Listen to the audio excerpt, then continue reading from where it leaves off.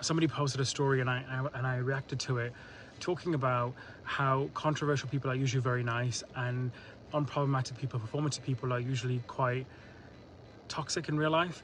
And there were so many DMs that we got that I thought I should make a video, because I've come across so many people that I've lost count, where, you know, sometimes you see in their bios like, and you know, always be kind, and you know, it's all about having good character. And I've met those people and they're absolutely shocking, abhorrent people, like no exaggeration, absolutely just sometimes actually quite evil and very mean, very nasty. If you get to know them actually get to know them.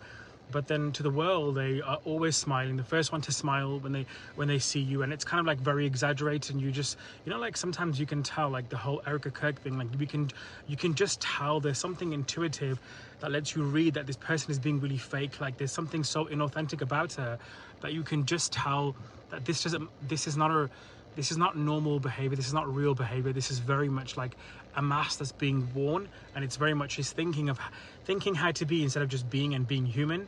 And I look at the opposite, and I look at like people like Candace Owens, for example, and you know, she has these opinions that are quite controversial, that are quite out there on the surface, right? But when you actually examine it, you actually think this woman makes a lot of sense, and when she's speaking, everything seems to check out. But she gets so much hate. But if you actually just observe her character, if you've heard from other people, they say she's one of the most nicest people they've ever come across, very kind and very helpful, and actually a really good person.